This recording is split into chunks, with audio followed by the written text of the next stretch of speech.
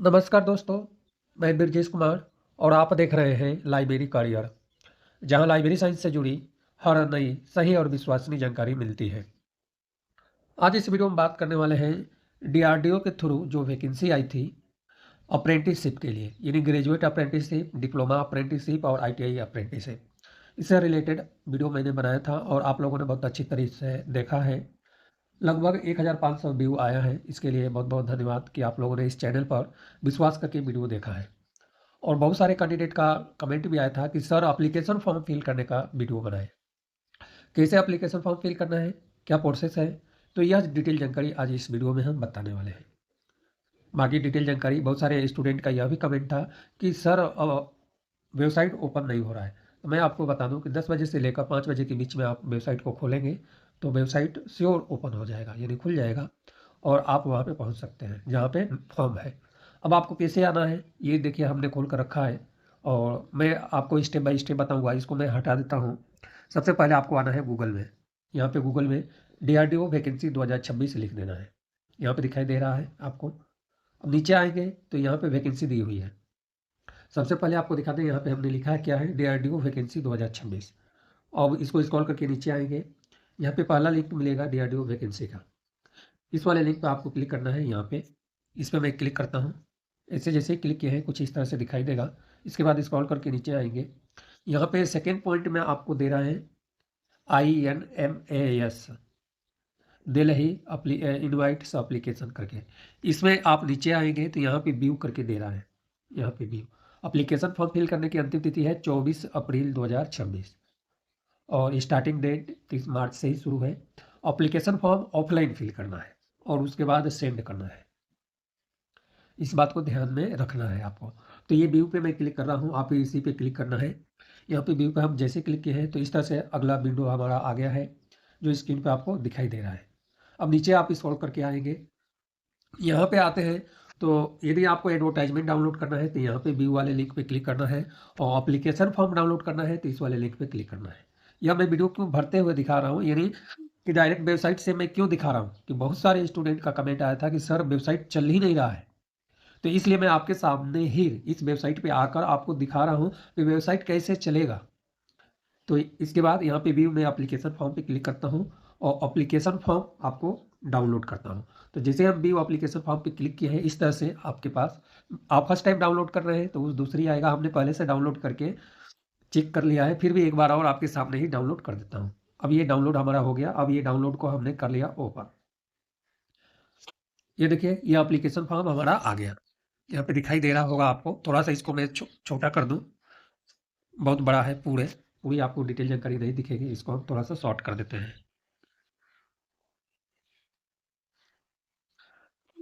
अब देखिए यहाँ पे आपको है सब्जेक्ट दिया हुआ है, कौन कौन से सब्जेक्ट हैं। यदि BSc, B pharma, B lib, diploma, ITI जो भी आपके हैं यहाँ पे टिक कर देना है। नीचे आप आएंगे, यहाँ पे आपको कैपिटल लेटर में आपका अपना नाम लिखना है। यहाँ पे कैपिटल लेटर में। कोई ज़रूरी नहीं है कि आप पेन से इस फॉर्म को फिल करें, आप डायरेक्ट एमएस वर्ड में भी फिल करके आप जमा करा सकते हैं। जमा कराने के लिए क्या क्या डॉक्यूमेंट लगेगा वो मैं नीचे बताऊँगा।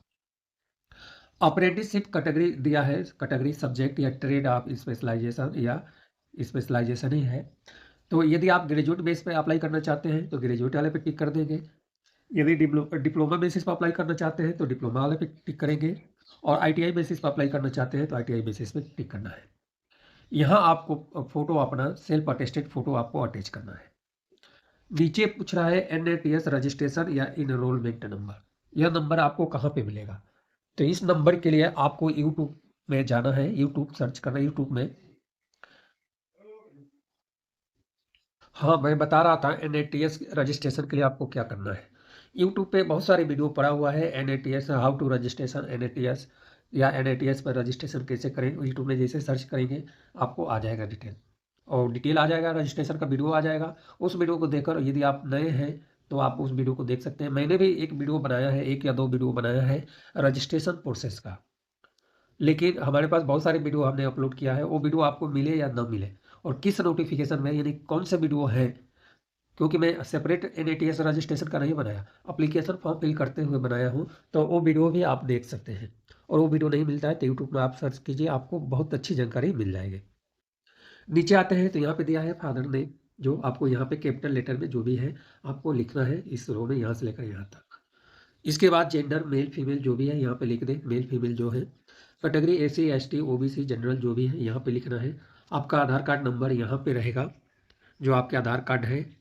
अब यहाँ पे पूछ रहा है जो है डेट ऑफ बर्थ, तो यहाँ पे ईयर हो जाएगा, यहाँ पे मंथ हो जाएगा, यहाँ पे डे, और यहाँ पे एज में टोटल आपको दे देना है।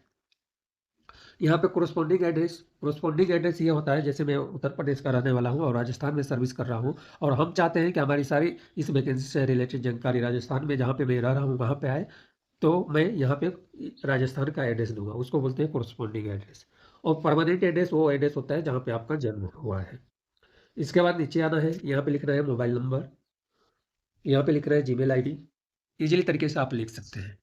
अब यहाँ पे आते हैं तो सीरियल नंबर यहाँ पे दिया हुआ है, यदि आप डिप्लोमा के लिए अप्लाई करना चाहते हैं।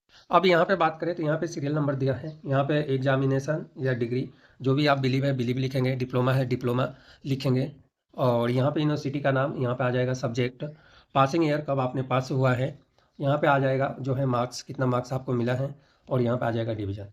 यदि आपका ग्रेड है तो ग्रेड में आप मार्क्स की जगह पे परसेंटेज आप लिख सकते हैं, कोई दिक्कत नहीं होने वाला है। यहाँ पर आप मेंशन कर देंगे ग्रेड और नीचे ग्रेड दे सकते हैं।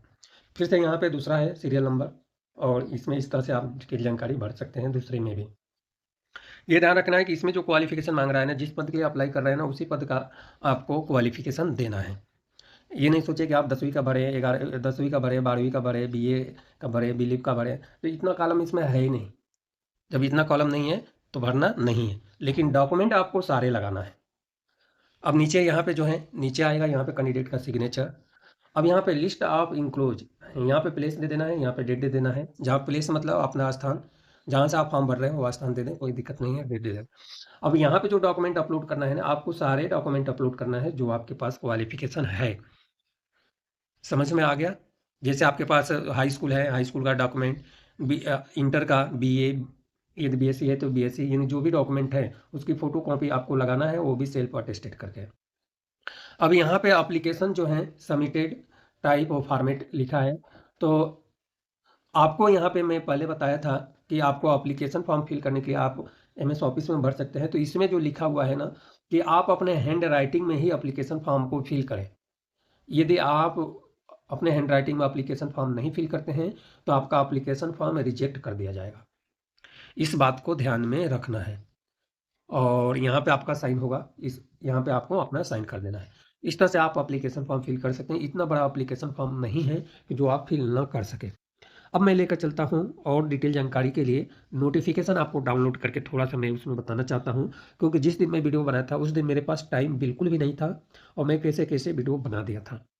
अब मैं आपको नोटिफिकेशन पे मैं चल रहा हूँ और ये नोटिफिकेशन डाउनलोड हो गया है। अब नोटिफिकेशन में जो हमने बता दिया वो तो बता दिया, कुछ जनरल टर्म्स एंड कंडीशंस रह गया था, वो मैं आपको बताने वाला हूँ। इस बात को आपको ध्यान में रखना है, जनरल टर्म्स एंड कंडीशंस। तो इसमें सबसे पहले हम आते हैं प्रोसीजर अप्लाई के लिए। तो इसमें जो है ये NATS पोर्टल का लिंक दिया हुआ है, इसी से आपको रजिस्ट्रेशन कर लेना है, और सिलेक्ट करने के लिए आप जाएंगे तो इस संस्था का नाम आपको सेलेक्ट कर लेना है। इस बात को आपको ध्यान में रखना है। यह जो वैकेंसी है इसके लिए percentage, marks, essential qualification, merit list जो बनेगी आपके परसेंटेज के इसी के हिसाब से आपका बनेगी, तो इसलिए परसेंटेज तो आपको जरूर लिखना है। मार्क्स है तो मार्क्स लिखना है, अदरवाइज ग्रेड लिखना है, लेकिन परसेंटेज आपको लिखना है। इस बात को ध्यान में रखना है। जनरल टर्म्स एंड कंडीशंस की बात करें तो रजिस्ट्रेशन के लिए आपको इस पे पोर्टल का लिंक है, इसी से थ्रू आपको रजिस्ट्रेशन कर लेना है। ओनली फ्रेश कैंडिडेट अप्लाई करेंगे। कौन कौन से कैंडिडेट हैं कि 2022 और उसके बाद 22, 23, 24, 25, 26 में जो कैंडिडेट हैं, यानी 25 तक जो कैंडिडेट है वो एलिजिबल माने जाएंगे।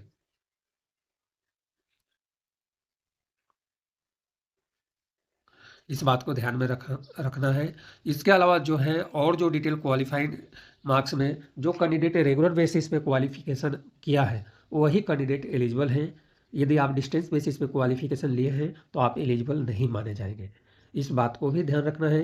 डिग्री डिप्लोमा होल्डर जो है, ट्रेनिंग ट्रेनिंग पीरियड के लिए 1 साल के लिए आवेदन आमंत्रित किया जाता है और 1 साल के लिए ही है। यदि आप पहले से अप्रेंटिसशिप के थ्रू अप्रेंटिस कर चुके हैं तो आप बिल्कुल भी अप्लाई न करें। 12 मंथ के लिए आवेदन है और जो रिजर्वेशन कैटेगरी वाइज जो रहती है, छूट रहती है एज लिमिट में, वो तो अप्लीकेबल है, इस बात को ध्यान में रखना है। सिलेक्टेड कैंडिडेट को जो है मेडिकल फिटनेस सर्टिफिकेट ज्वाइनिंग के टाइम देना पड़ेगा और सिलेक्टेड कैंडिडेट के लिए कंट्रेक्चुअल बेसिस पे 1 ईयर की ट्रेनिंग पर जो मिलेगा वो 1968 अप्रेंटिस एक्ट 1961 के हिसाब से आपका मिलेगा। अप्लाई करने से पहले एलिजिबिलिटी क्राइटेरिया और नॉर्म्स को अच्छे से आपको पढ़ लेना है। 10वें नंबर में पॉइंट है आपके, यह पॉइंट को आपको कंप्लीट पढ़ लेना है। 11वें नंबर में है क्वालिफिकेशन से रिलेटेड है। यदि आपके पास क्वालिफाइड नहीं है, क्वालिफिकेशन इस लेवल का नहीं है जिस लेवल पे आवेदन आमंत्रित है, तो आप अप्लाई ना करें, क्योंकि अप्लाई करेंगे तो आपका एप्लीकेशन फॉर्म रिजेक्ट हो जाएगा और पदों की संख्या में बढ़ाने और घटाने का जो काम है IMAS संस्था का ही रोल है, वही पदों की संख्या बढ़ा घटा सकता है।